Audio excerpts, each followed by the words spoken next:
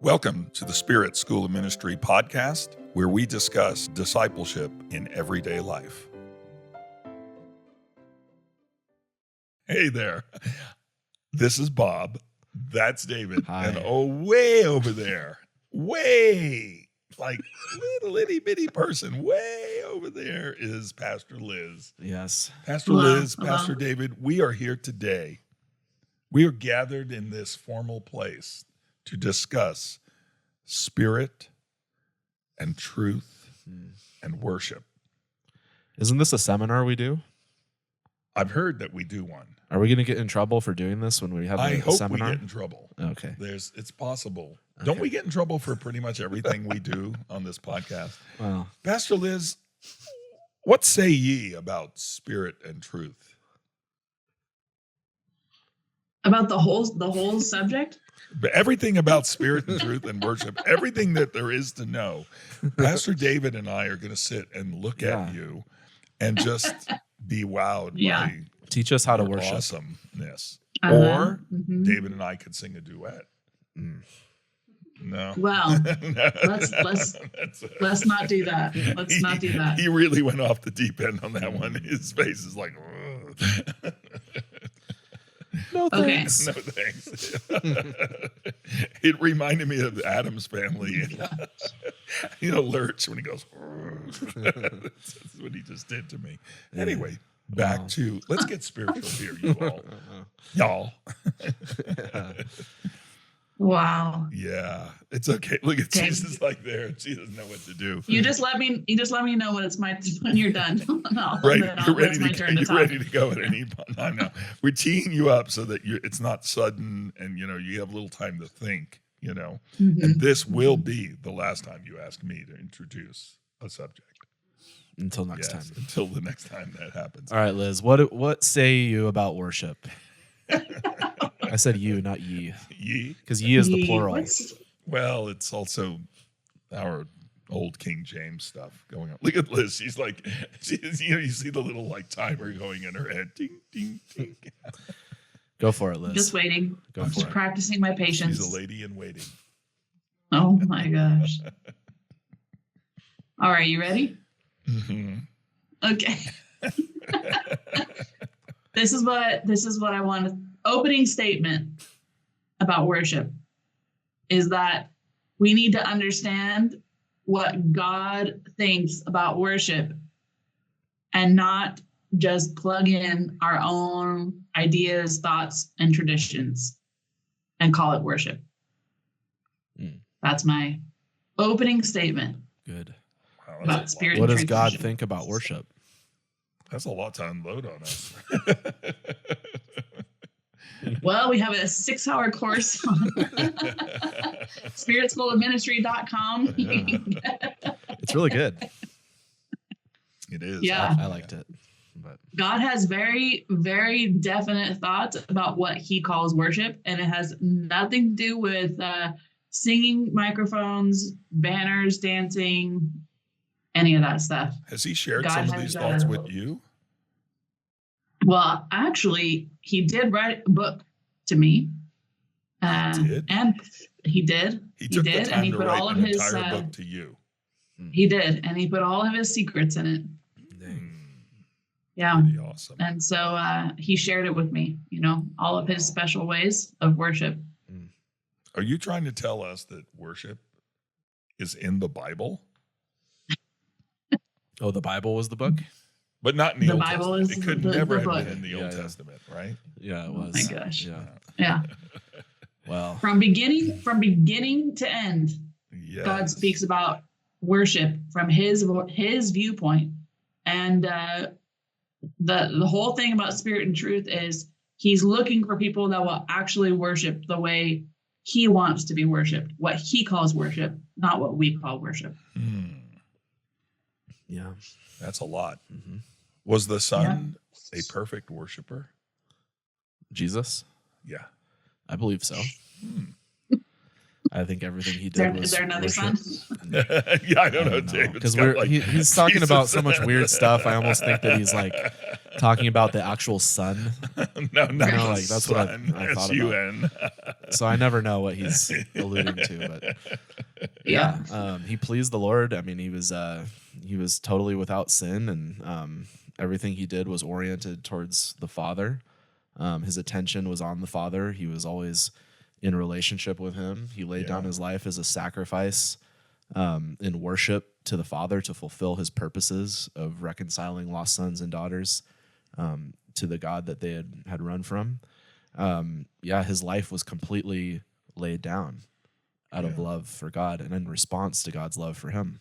Yeah, the reason I brought that up is like Liz mentioned about that the Lord wrote her a book, and if we understand that book is actually him. He's the inerrant word. Yeah. And so you're trying to tell me that Jesus is worship. In its own strange way. I haven't thought about that before. Yeah. His life was a fragrance, and it's through us spread everywhere, like it says in 2 Corinthians 2. So if we're manifesting the Christ, we're manifesting perfect worship, perfect sonship, a perfect embodiment of what it means to be human. And also perfect fulfillment, because we're created to find a fulfillment losing ourselves in God and just worshiping him with abandon. Yeah. So I think about all those sacrifices that are made in the Old Testament, like a shadow to what was going to come from the Lamb of God. And they were burned up before God in an incense, in praise, in worship. Yeah. And so they were, that's his life, actually, if it's a foreshadow of his life. But I went off on a tangent just to give Liz a little more time to, expound on her God. It's always good. God wrote her a book. It's always good to locate our doctrine in the Son of God, because think? Jesus is perfect theology. If you want to quote Bill Johnson, because that is, if we're not finding it in him, why are we trying to do it? Oh no, we'll make it like she was saying earlier. We'll just make up our own little idea about worship. But some of those ideas are really cool. Yeah, tons of cool. Yeah, they seem nice. Yeah. I mean, they're pretty good from our perspective. They're well done and got all the feels, and we put on some good services and call it worship. Who are we serving in those services? Well, that's the thing, is that I think the biggest tragedy is for us to think that we're worshiping God, and he's like, that's not worship. So we convince ourselves, but he's not convinced, and that's a problem. That's a problem. What would you say would be a good way of discerning, hey, I am worshiping in spirit and truth right now? Like, how would somebody know if they're not doing that or if they are doing that? Well, first of all, we need to understand that spirit and truth worship is designed to take place. What Jesus was explaining there was God's ways of worship are not confined to one place at a specific time. So if we're saying that we're worshipers because we're engaged in singing songs at church, like we've missed the whole thing. God wants our hearts. He wants our lives. He wants our way of living to honor him. Yeah. And to just delude ourselves to thinking that singing nice songs is pleasing to him it's a false religion. And we deceive ourselves. So how does someone know if they're actually worshiping God? If they're poured out as an offering and yielding their will for his. In any situation, worship is the state of heart and the state of life before him, and the willingness to please him over ourselves. And that can come in any form. Yeah. So Jesus was a perfect worship before God, because he poured out his life in every way. Yeah. And that's what we're called to do. That's why, Romans says, present yourselves, your bodies, your being as a living sacrifice, like, which is your reasonable service, your act of worship to the Lord. He's not saying sing nice songs, put on music and wave a banner. He's saying actually give your life to God and let him do what he wants with it, and let him be Lord and choose his will over your own. That's worship. Yeah. Yeah. Is it the Presbyterian mountain that worships right, or the Pentecostal mountain that worships right, or the Christian contemporary music mountain, or the K-Love mountain? It's like the place is irrelevant unless the place is Christ, the true temple. So we're in him. God is spirit, right? So in spirit and truth, we're in him, in our spirit, in God. It's a place of we're starting from intimacy with God, and we're living our life in him and through him and for him, which can seem a little complicated, but I think it goes back to union. Yeah. It's just like, I'm going to live in such a way where I'm not alienating myself from God and his purposes. I want to, I like how you said it, I'm going to submit my will to God's will. I'm going to choose union with him. I'm going to choose submission to him in every circumstance. And then wherever I am, it becomes worship. It becomes an altar everywhere that I am. I don't need a secret place. I don't need a prayer closet. I don't need a car that I make into my access point for heaven. I don't need to open portals for angels to flood into. Sorry if I offend anybody, but it's like I don't need to do that, because my whole life should be one with Christ, and I should be a temple of the Holy Spirit, and he is the temple that I'm in while he's in me. So I'm just quoting from the same book that we're quoting, Spirit and Truth, from John 4. Mm-hmm. John 17 later on, which we have a podcast on. Check it out. There's a lot in that about how we live completely in union with God. So that's critical to understand. It's not just a procedure. It's a personal union that you have with God. Yeah. Well, he's definitely supposed to be the focus of our worship, because it's poured out to him. It's not really to anything else or anybody else. And so I think that when we understand that, then it really it centers us on him and not just on the stuff we're doing. I think if we think our worship is good, we probably have taken our eyes off of, we're probably not worshiping any longer. I hate to say it that way. If we're sizing up our worship and going, that's good worship, and that isn't, just doing that probably is not good enough. It's not for him. It's not true worship, because he becomes the center and the focus of all worship, and you can't measure it by a earthly standard. Yeah, it can only be measured by him. Yeah, yeah. This is a rough subject, Liz. Why would you do this to us? It's not my idea. It's a great one though. I mean, yeah. It's just I've been like up to my ears in studying and writing and revising. We've had hours and hours and hours of study and teaching on worship, and it's just it's a good thing to immerse yourself into the scriptural understanding of it, because I would say because it has been, there's activities that have been labeled worship in Christian culture, and we can't allow ourselves, like when Romans taught you, he's saying like, don't be conformed to the ways of the world. That's can very easily be the ways of the church, also the ways of the Christian world. And we can easily just accept something as a theological truth, but it's on us to investigate what God has to say about things. Is it actually what he wants, or is it something else, a tradition, something else? I just think that it's really important for Christians to understand. And this has been going on since the beginning, where people have tried to substitute their own ideas. No, God will be happy with this. Like, I asked you for this and you gave me that. Someone's got to change here, and it's not me. So we got to come to terms here. And I think it's really, really important. I think this is one of the areas where the church has accepted a substitute that is robbing us of what it actually means to live life with God. I feel that strongly about it. I think that the church has been robbed of what it means to live spirit and truth worship, because we've accepted a substitute that gratifies us. Well, I think the danger in all that, if we look at the biblical record, is that you can get so off of what worship actually is that it becomes so perverted that now anything is accepted as worship.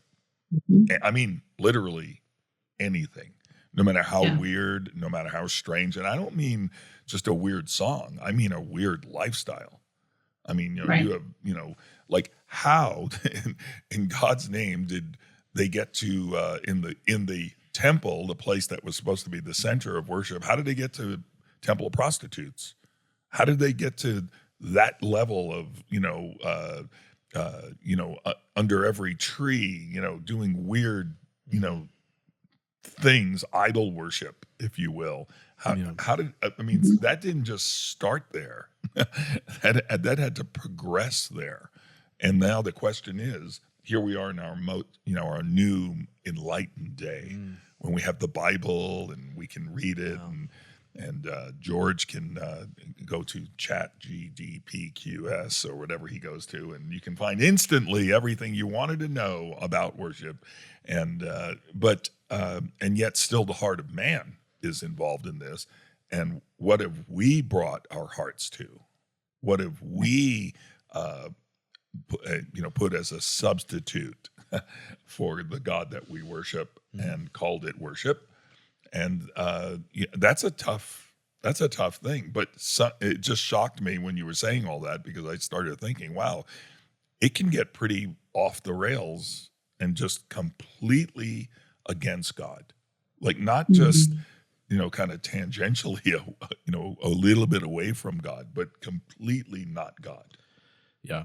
I think, you brought up the Old Testament idolatry, and what came to mind was Jeroboam making the two golden calves. Like this is 1 Kings 10 or 11, somewhere around there. And he makes these calves because the kingdom's been divided. And he says, if I don't have a substitute for the temple, I'm going to lose everybody in the north kingdom. They're going to go down to the southern kingdom where they have the real temple, where God has said, this is where the incense is going to be offered to my name. So he builds these golden calves, and he basically says, here's how I'll keep the people through this form of worship. And here's how I'll, indulge my political ambitions through this type of worship. And here's how I will call on God so that he favors me politically. And he favors me and my power and my prosperity through these calves. And I just have to make God in the image that everybody here will accept who's used to the Canaanite religion. Yeah. And so there was syncretism coming in where it watered down even their image of God, their revelation of God, because they had political and they had people orientation to it of like, how can we get people to stay here? We need to have worship that's like this. We need to have worship available. It's convenient. It's politically helpful to us. It advances our agenda. And so let's build this with our own hands. And then no wonder God was not too pleased with that. Yeah. But it did really work for them. It was a good political solution, and it kept the people there. Yeah, it didn't start there either. The old Rehoboam and Jeroboam, all the boys, their dad and everybody before him, Solomon went after a couple of strange gods, apparently. Yeah. And so just a few hundred. Yeah. And, did he teach that? Did he demonstrate that? And then these guys are like, bringing that, accelerating that kind of thinking to, like you say, to really a governmental level now. And so now, and the question is, can that be accelerated in the government of the church to that level? Yeah. Well, they had a great organization. Yes. A great worship organization. Yes. A great company. Mm-hmm. Yeah. They went away from the heart of David. Mm-hmm. Yeah. And then went after those idols. Yeah. So it's really strange. Here we are talking about spirit and truth and worship. And when you actually go back to how things got perverted along the way, it's pretty interesting what can happen and what can still happen. That's the whole deal. And I think that still happens not just on a structural, governmental, that church is doing that. That happens in the hearts of people, individuals. It happens in your heart and my heart and Liz's heart. individually, it's like, where will we go? What will we substitute? What will we start calling worship? What will we use worship for to advance us and our cause and who we are? That's actually the heart of worship. Now, what's going on in our hearts, and what are we willing to turn from and go, gosh, that's not worship, God. I was using that for self-promotion. I was using that to set up a nice little structure, that other people would follow. Church growth strategy. Oh, yes, there it is. But, Sorry. So, yeah. It's a lot of apologies coming from that microphone today. But, well, what do you got there, Liz? Yeah, I mean, it's a big subject. God has a lot to say about it. And it's not, he's pretty clear. Like he doesn't hide. It's not a mystery. If you actually want to know what God thinks about worship, he's very clear what he considers worship and what he doesn't. He talks about people who draw near to him with their lips and their heart is far from him. And he's like, you are not worshiping me. You're singing songs and you're giving lip service, and meanwhile, that's not worship. So don't just let things come out of your mouth and say, I'm worshiping God. He's very clear. That's the thing about it. And so it's, I don't know. There's a lot there. I'm not. When you were saying that, I started thinking, it's either worship or it's not worship. It's not. There's no like gray area in between. It's idolatry is the other right. one. Yeah. The problem here is that we try to fill in the space between the two with the gray area, and there is none. It's not from God's point of view, at least. It's like it's either on and off with these things. It's like saying you're saved. No, you're not really. You're kind of in the gray area. You're coming to God. It's like, no, you're actually not saved. So that's really where it's at. And so you're not in the coming to condition. That's not going to get you in. To me, it's like the false worship is always going to be self-seeking in some way. It's gonna promote you and your agenda somehow. But for me, real worship is a response to God's revelation, right? And so God is going to reveal something about himself that you respond to, and you respond to it through service and sacrifice and relationship, and the things that we mentioned in our teaching. But it's all rooted in him. Like it can't be about us. It's about us responding to what we see in God and his glory. Mm-hmm. And if it's about like what we like, how do we please people? How do we keep people? How do we advance this? That's where our eyes are completely on the wrong spot. Because we're worshiping a God who sacrificed for us before he ever said to sacrifice for him, and who serves us and washes feet before he asks us to do that, and who gave everything to us before he asked us to give a single thing, right? And who took the initiative to relate to us and loved us first from before the foundation of the universe. And it all has to be a response to his incredible outpouring. That we pour our, alabaster box on him because he has first done that to us. But if we think that we have to engineer something, that's completely perverse. It's not the gospel. It's a different religion. Like you said, it's not a gray area. It's a different religion. It is not by the mercies of God, I present my body a living sacrifice. Right. The by the mercies is the hinge. If you don't have that, you have a separate door to a separate place. So that was a couple thoughts. But that was a pretty deep place. It really was. Hopefully it was somewhere good in the spirit and truth.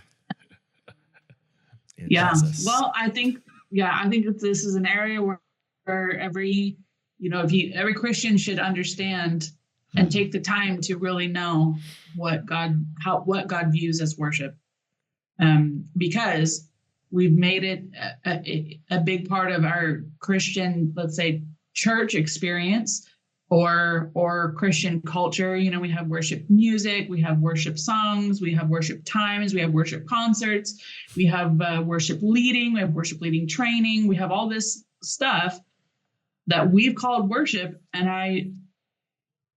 I'm not sure where that came from, to be honest with you.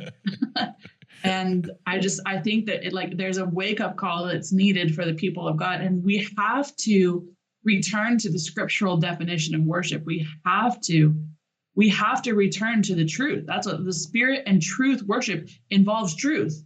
It's not just what you feel, and it's not just what you think the Spirit of God is doing. Like, there has to be scriptural truth with it. Mm-hmm. And I just think it's like, I don't know, I guess this is just one of my areas where I think it's very important. And I think that until we actually realize it and understand it, we will be in wrong relationship with God. Mm-hmm. Maybe we should rename this podcast "Not True, Not Worship." Flesh and falsehood. Not worship at all. Yeah. Not worship. Oh, man. That's key. But, well, how would you think that we could go about repenting from this as a church, overall? Because I agree with you. Like, how we honor God's presence is all important.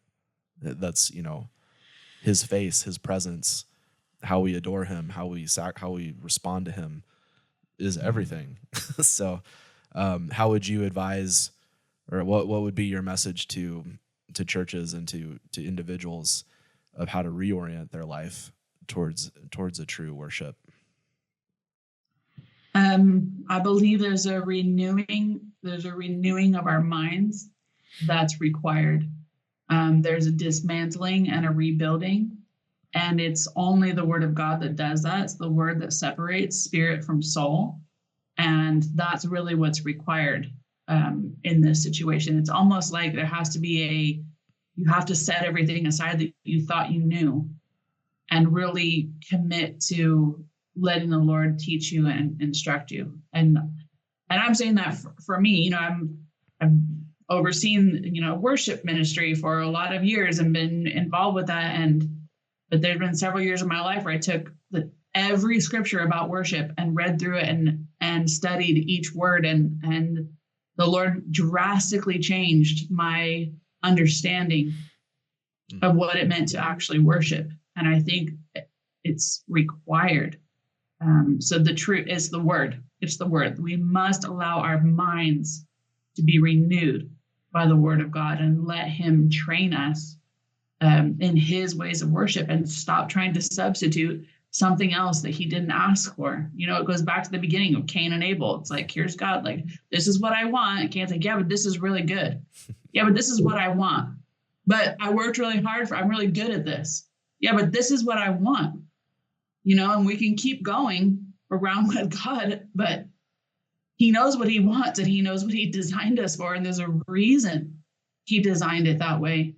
And if we're serious about living life with God, we need to find out why he thinks that and what he designed it for and stop trying to give him something he didn't ask for. Mm-hmm. Mm-hmm.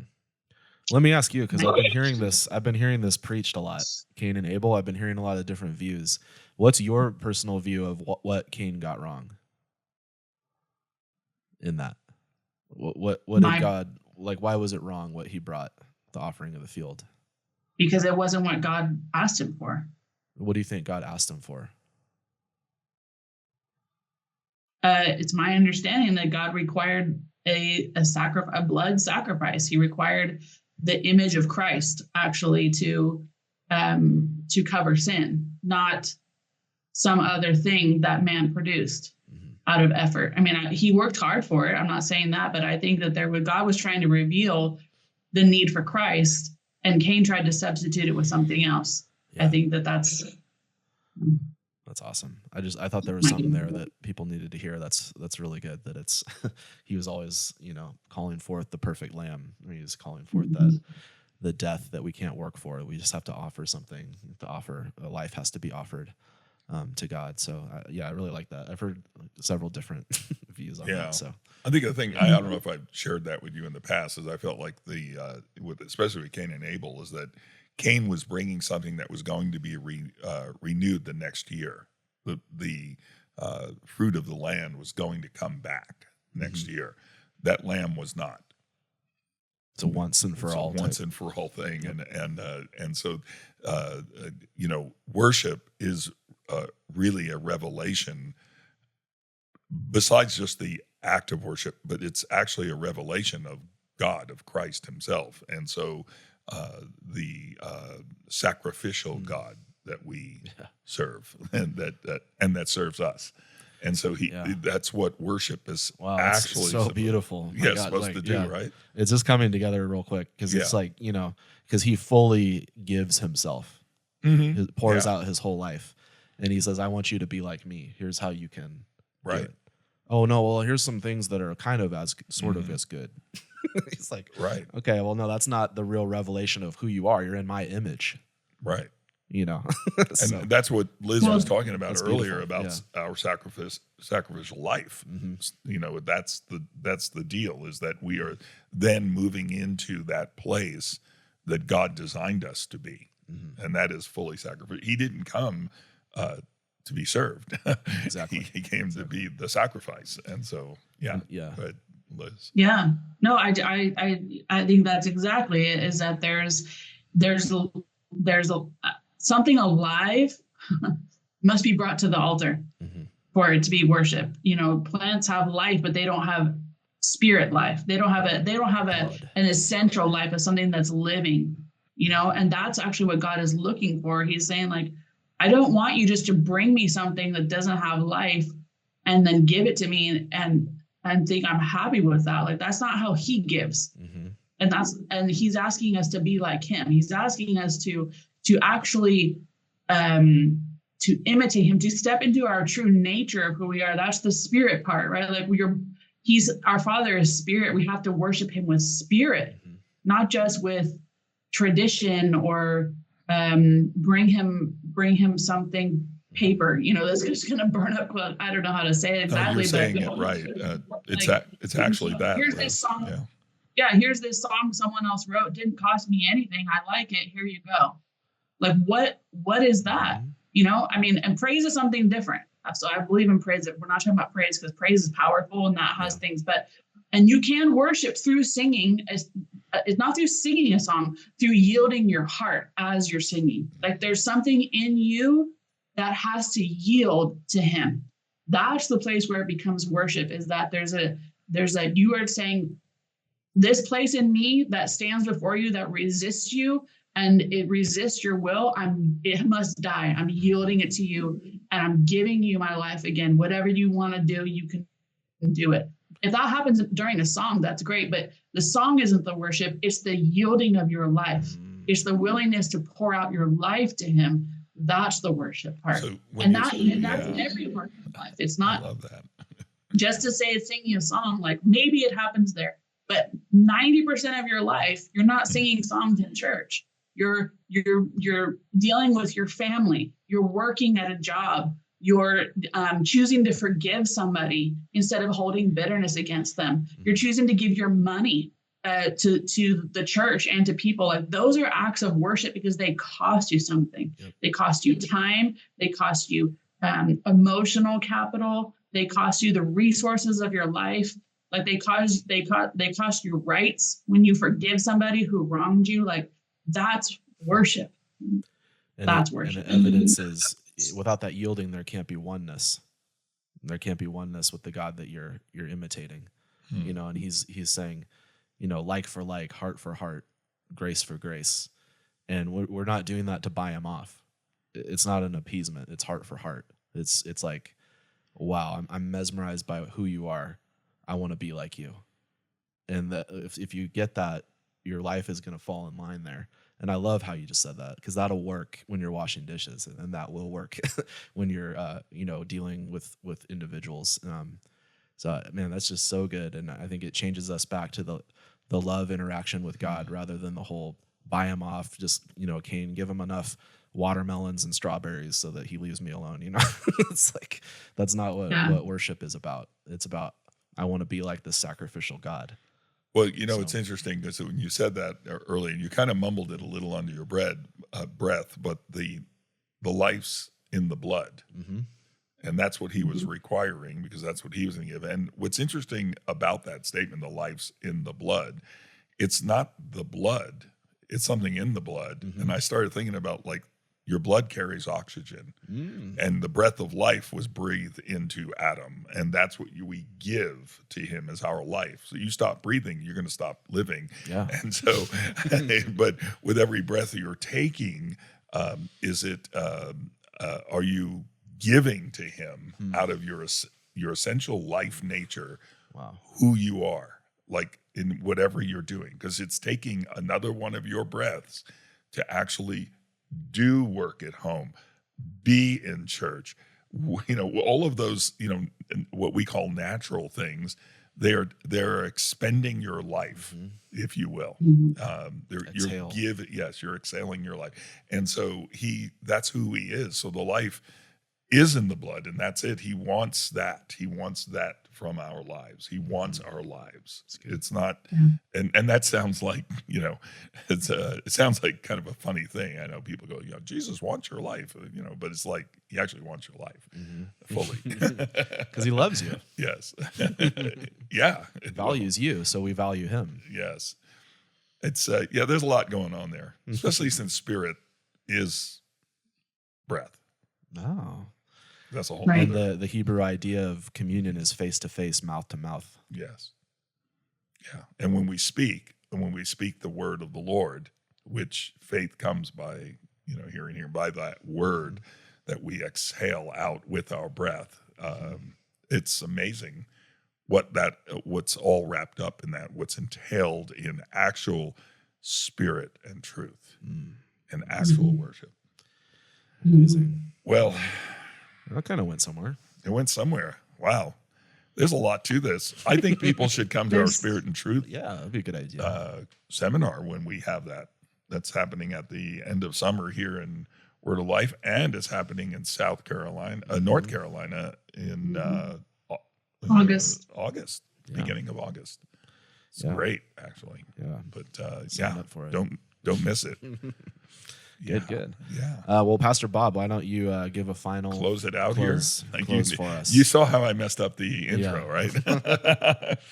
Yeah, listen, be worshipers, but be worshipers in spirit and in truth, not just, and there's the truth component, which we've covered, but some other day maybe. There's more. But there's a lot more. But be true when you worship and know who you're worshiping. And so we'll leave you with this. The Lord keep you and bless you and show you personally how to be a worshiper before him in your life, in every component of your life, and look at it as something that you're actually offering up to him all the time. So go in peace. We'll see you next time. Thank you for joining us. Be sure to subscribe to get the latest episode. And for more information, go to spiritschoolofministry.com.